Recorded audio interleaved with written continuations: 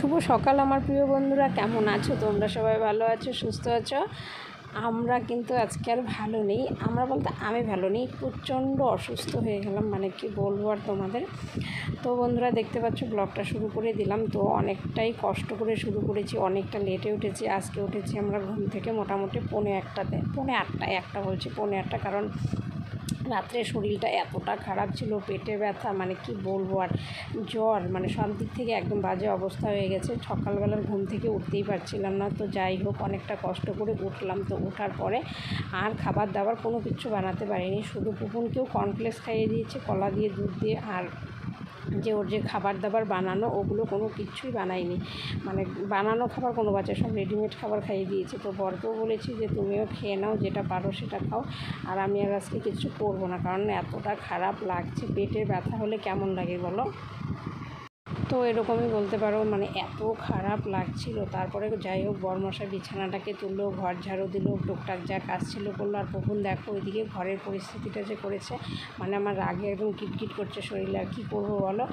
তো তারপরে বিছানাটাকে তুললাম, কোনো মতে তুলে ঠিকঠাক করে উঠে তো ভাবছি আর কি করি। বরমশাইকে ও মুড়ি দিয়ে কলা দিয়ে খেলো, আর কিছু বানায়নি। আর দুধও ছিল না পুপুনের জন্য, যে দুধটা দিব। আর আগের দিন তো তোমাদেরকে বলেইছি যে হ্যাঁ, দুধ পুরে সব শেষ হয়ে গেছে। তো আজকে আর বরমশাইয়ের জন্য ছানা বানানোর কিচ্ছু নেই, কারণ শেষ হয়ে গেছে। আর এক পোয়া দুধ পাওয়া গেছে, তো ওটা দিয়ে পুপুনকে সকালবেলাটা খাওয়াবো। তো সেই জন্যই আর আজকে কিছু খাবার দাবার বানানো নেই, আর শুধু ডিমটা সিদ্ধ করে দেবো, বাস, তারপর এতটুকুই। আর দেখা যাক সয়াবিনটা রান্না করতে পারি। তো শরীরের ওপর হচ্ছে নির্ভর, মানে শরীর ভালো না থাকলে না কোনো কিছুই ভালো লাগে না, কাজে এনার্জি, না খাবার দাবারে এনার্জি, মানে কিচ্ছু না। সারাদিন না খেয়েছিলাম, তো শরবত খেয়েছিলাম থেকে, তারপরে ধরো অনেকটা বেলাতে খেয়েছিলাম, মানে কি বলবো। তারপরে বিছানাটাকে তুলে একটু গেলাম রান্নাঘরে হালকা করে রান্না করতে আর কি, মানে শুধু সয়াবিনটা করবো। তো ওর জন্য সারাদিন তো কিছু করিনি, তো এখন এইটুকু করি। তো ইচ্ছে ছিল কোনো কাপড় চোপড় ধোবো না, বাসনপাতিও ধোবো না, আর অল্পই বাসন হয়েছিল, আর কি করি। আর এই যে দেখো সয়াবিন রান্না করবো, তার জন্য ফোড়ন দিয়ে দিলাম শুকনো লঙ্কা আর জিরা। আর এদিকে যে সব কাটাকাটি রেডি আছে, বড়মশাই রেডি করে দিয়েছে। আর কপাল বলো, দেখো রান্না করবো অল্প একটু সয়াবিন, জলের মধ্যে ঘপ করে ঢেলে দিয়েছে, একদম অনেক সয়াবিন হয়ে গেছে, মানে কি বলবো। আর যেদিন যে চাই না যে না কাজটা আজকে করবো না, কিন্তু ভাগ্য এমন জিনিস, যতই তুমি সুখ চাও না কেন, সুখ যদি না থাকে কপালে, কেউ জোর করে দিতে পারে না। আমারও হলো সেরকম পরিস্থিতি। তাহলে অল্প রান্না করলেই হতো, মশলাপাতি সব আমার অল্পতে হয়ে যেত। ওই যে ভাগ্য, জল নিয়েছি আগে, তারপরে দিলাম সয়াবিন। তো সয়াবিন গেছে ভিজে, তো এখন তো আমাকে রান্না করতেই হবে সবটা সয়াবিন। তো আর কি বলো, এই যে কাঁচা লঙ্কা কেটে পেঁয়াজ রসুন সম্বার দিয়ে দিচ্ছি, ওগুলো ভাজাভাজি হলে তারপরে দিয়ে দিব সয়াবিনটা। তো সয়াবিন এই যে মোটামুটি ভাজা হয়ে আসছে, তো আর একটু ভাজবো। তো ভাজা একদম লাল লাল হয়ে গেলে তারপরে দিয়ে দিব সয়াবিনটা। তো সয়াবিনটাকেও ভাজবো, লবণ হলুদ দিয়ে ভালো করে ভেজে তারপরে দিব মশলা। আর এই যে দেখো একদম চলে আসছে, অনেকটাই লেটে, রান্নার অনেকটা হয়ে গেছে। তো এখনও ভাজাভাজি ধরো চলতেই থাকবে, মানে এর পর্ব অনেক দেরি আছে শেষ হতে, কারণ তারপরে আরও দেখো গোটা লঙ্কা দিয়েছি, কারণ দেখলাম এত সয়াবিন, মানে এত বড় কড়াই, প্রায় আধা কড়াই হয়ে গেছে। তো মানে বুঝতে পারছো কতগুলো সয়াবিন, এতগুলো সয়াবিন রান্না করা চারটেখানি ব্যাপার। তো সবগুলোই রান্না করছি, আর কি করি। এখন ফ্রিজে সয়াবিন রাখা যায় কিনা ভেজা, তাও আমার জানা নেই ঠিকঠাক। তবু আর কি বলছি, আমি জানিও না রাখলে এটা কী হবে, শক্ত হয়ে থাকবে না কী হবে, মাথা মুন্ডু কোনো কিছু জানা নেই। তো এই যে দেখো অসুস্থ, মানে খুব অসুস্থ শরীরে।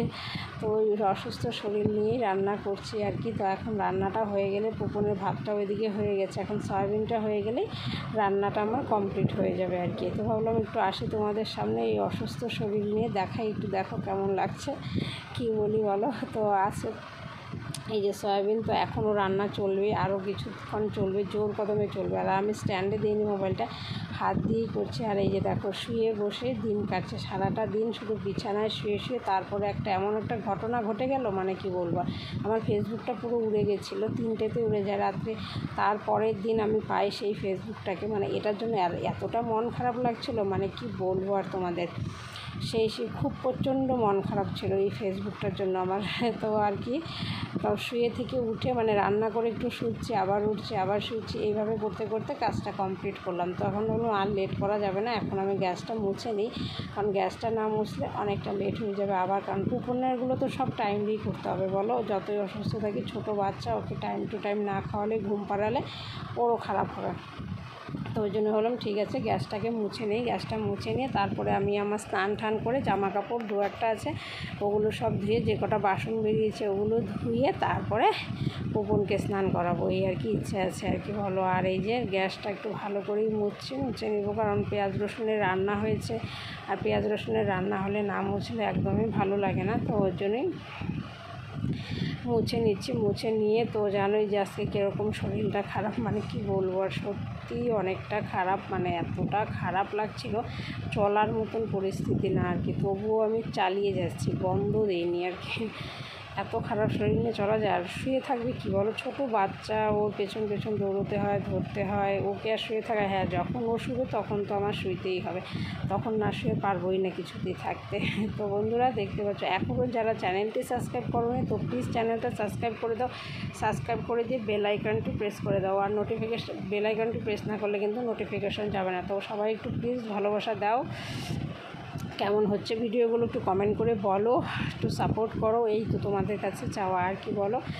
লাইভেও আসতে পারছি না দুদিন থেকে, তো কালকে তো শরীর খারাপ, লাইভে আসার কোনো প্রশ্নই নেই, শরীর মন দুটোই খারাপ আর কি বলতে পারো, একদিকে শরীর খারাপ একদিকে মন খারাপ, সেটা হচ্ছে ফেসবুকটা চলে যাওয়ার জন্য মন খারাপ হয়, এই হচ্ছে ব্যাপারটা আর কি বলতে পারো। ফেসবুকটা চলে যাওয়াতে এতটা খারাপ লাগছিল না, মানে ভাষায় প্রকাশ করার মতো না। আমি যখন এই গ্যাসটা মুছছিলাম তখনও ফেসবুকটা আমার ছিল, তো তারপরেই চলে যায়, মানে কি বলবো। আর সত্যি কোনো কিছু মন থেকে ভালোবাসলে জিনিসটা এরকমই হয়, চলে গেলে আঘাত পাওয়া যায়, প্রচণ্ড আঘাত, সেই আঘাতটা সহ্য করা যায় না। তো বন্ধুরা আজকের ব্লগটা এই পর্যন্ত, সবাই ভালো থেকো, সুস্থ থেকো। আমার ভিডিওটা ভালো লাগলে